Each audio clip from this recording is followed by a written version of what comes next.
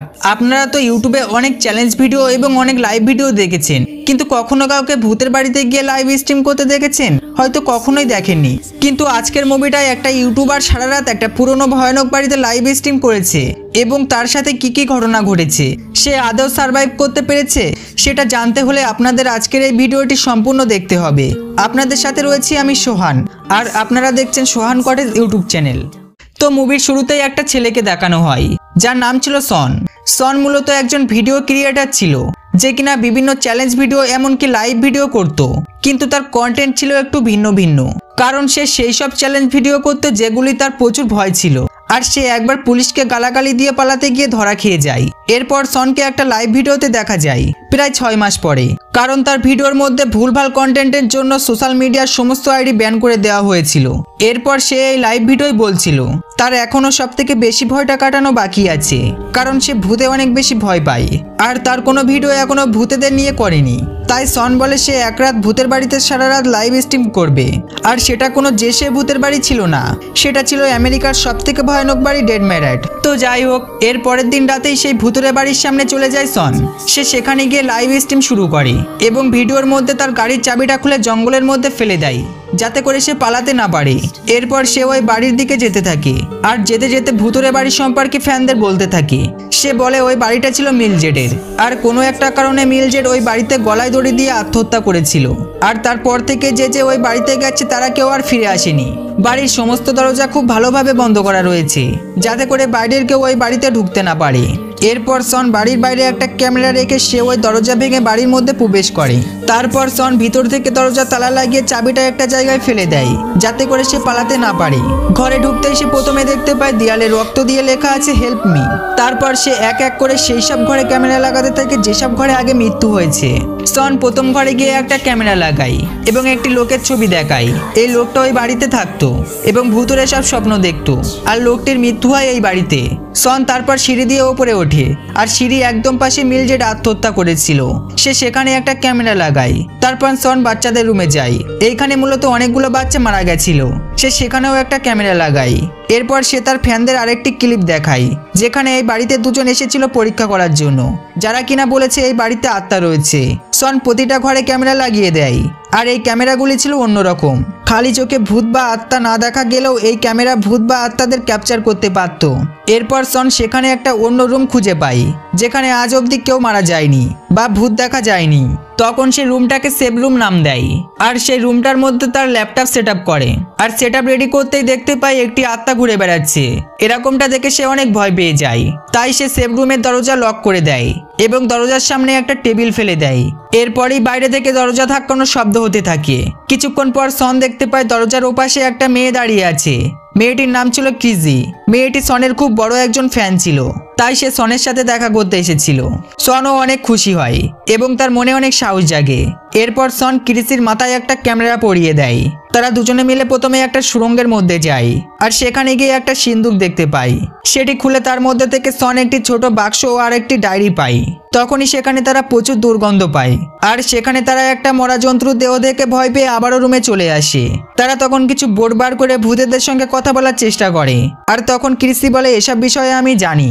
আর ক্রিসি তাকে দিয়ে একটা মন্ত্র পড়ায়, কিন্তু তাতে কিছুই লাভ হয় না। ঠিক সেই মুহূর্তে বাইরে একটা ভয়ানক শব্দ হয়। তখন ক্রিসি বলে সে এটা দেখতে যাবে, তাই সন ক্রিসিকে বাইরে যাওয়ার অনুমতি দেয় আর ক্যামেরা চেক করতে থাকে। ক্রিসি বাইরে কিছুটা যাওয়ার পর হঠাৎ তার ক্যামেরা বন্ধ হয়ে যায়, তাই সন ক্রিসিকে খোঁজার জন্য বাইরে বের হয়। কিন্তু হঠাৎ ক্রিসি তার সামনে এসে চমকে দেয়। তখন সন প্রচন্ড ভয় পেয়ে ক্রিসিকে বকতে থাকে। ক্রিসি তখন একটু চুপ হয়ে থাকে, আর চুপ থাকতে থাকতেই হঠাৎ সনের গলায় কামড়ে ধরে। সন তার নিজের প্রাণ বাঁচানোর জন্য একটা রড নিয়ে ক্রিসির গলায় ঢুকিয়ে দেয়। ক্রিসি সেখানেই মারা যায়। এরপর সন সেভ রুমে চলে আসে আর তার ফ্যানেদের পুলিশ ডাকার কথা বলে।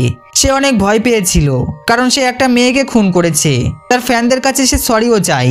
এরপর যখন ক্রিসির বডিটা সন দেখতে আসে, তখন সে ওখানে কোনো বডি দেখতে পায় না। সে শুধু দেখতে পায় একটা আত্মা ওখানে গলায় দড়ি দিয়ে ঝুলছে। সন এসব দেখে অনেক ভয় পেয়ে যায়। সে সিদ্ধান্ত নেয় ওখান থেকে সে চলে যাবে। এই জন্য সন চাবি খুঁজতে যায়, কিন্তু সে ওখানে কোনো চাবি খুঁজে পায় না, বরং সে অন্য একটা ছোট চাবি খুঁজে পায়। আর সেই চাবিটা মূলত ছোট বক্সটার ছিল। সন তখন সেই চাবিটা দিয়ে বক্সটি খোলে, আর সেখানে সে একটি ফটো পায়, আর সেটা অনেকটা ক্রিসির সাথে মিলে যাচ্ছিল। সন তখন বুঝতে পারে ক্রিসি কোনো মানুষ ছিল না, সে আসলে একটা ভূত ছিল। আর সেই বক্সটির মধ্যে সন একটা কাটা আঙুলও দেখতে পায়। সেই মুহূর্তে সে একটা বাচ্চার কান্নার আওয়াজ শুনতে পায়। সন অনেক ভয় পেয়ে যায় এবং ভয় পেয়ে সেভ রুমে চলে আসে এবং আলমারির মধ্যে ঢুকে পড়ে। আর সেখান থেকে তার ট্যাবে লাইভ চ্যাট খুলে দেখে একটা মহিলা ভিডিও ক্লিপ পাঠিয়েছে, যেখানে মহিলাটি সেই মন্ত্রের কথা বলছিল যেটা ক্রিসি সনকে দিয়ে বলিয়েছিল। আসলে তার মানে ছিল সন তার নিজের আত্মা তাকে দেওয়ার জন্য প্রস্তুত। সেটা শুনে সন অনেক ভয় পেয়ে যায়। ঠিক সেই মুহূর্তে সনের পায়ের গোড়া থেকে একটা আত্মা উঠে আসে। সন কোনো মতেই সেখান থেকে বার হয়ে জানালা দিয়ে বাইরে ঝাঁপ দেয়। আর উপর থেকে ঝাঁপ দেওয়ার কারণে সনের পায়ে প্রচণ্ডভাবে চোট লাগে। সন তখন তার পায়ের কাটা অংশটা কোনো মতে ড্রেসিং করে ব্যান্ডেজ করে নেয়। এরপর সন জঙ্গলে যায় তার গাড়ির চাবিটা খুঁজতে। একটা সময় তার চাবিও সে খুঁজে পায়, কিন্তু সেখানে সে একটা ভয়ঙ্কর আত্মা দেখতে পায়। সন ভয় পেয়ে গাড়ির মধ্যে ঢুকে পড়ে। তখন সন লাইভ খুললেই একটা বৃদ্ধা মহিলার ভিডিও ক্লিপ পায়।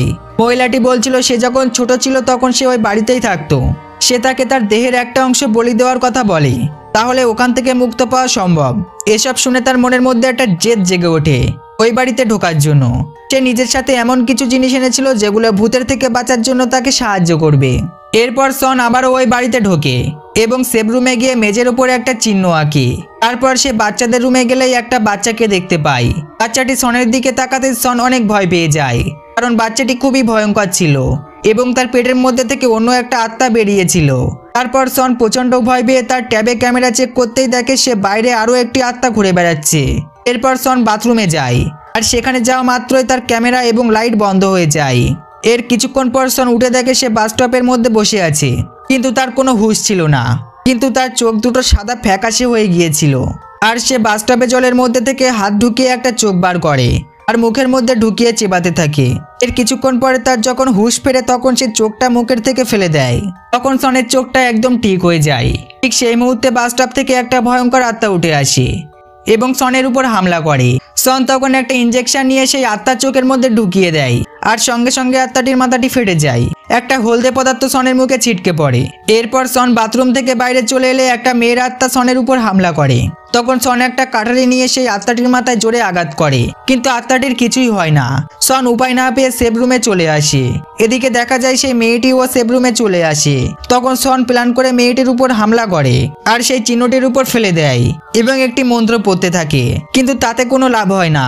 এই জন্য সন সিঁড়ি দিয়ে নিচে নেমে আসে। আত্মাটিও তার পিছন পিছন চলে আসে। সন নিচে ওই মেয়েটির কাটা আঙুল দেখতে পায়। তখন সে বুঝতে পারে তার শরীরের কোনো একটি অংশ বলি দিতে হবে। তখন সন একটা কাটারি নিয়ে তার একটি আঙুল বলি দেয়। তখনই মেয়েটিকে কেউ যেন মাটির তলায় টেনে নেয়।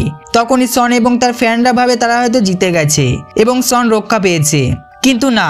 সন পিছনে তাকাতেই দেখতে পায় ওই বাড়িতে থাকা সকল আত্মারা বেরিয়ে আসছে, আর আত্মাগুলো দেখতে প্রচণ্ড ভয়ঙ্কর ছিল। আর এখানেই মুভিটি শেষ হয়ে যায়। মুভিটি কেমন লেগেছে অবশ্যই কমেন্ট করে জানাবেন, আর মন চাইলে একটা লাইক ও একটা সাবস্ক্রাইব করে দিয়ে যাবেন। দেখা হচ্ছে পরবর্তী কোনো রহস্যময় গল্প নিয়ে।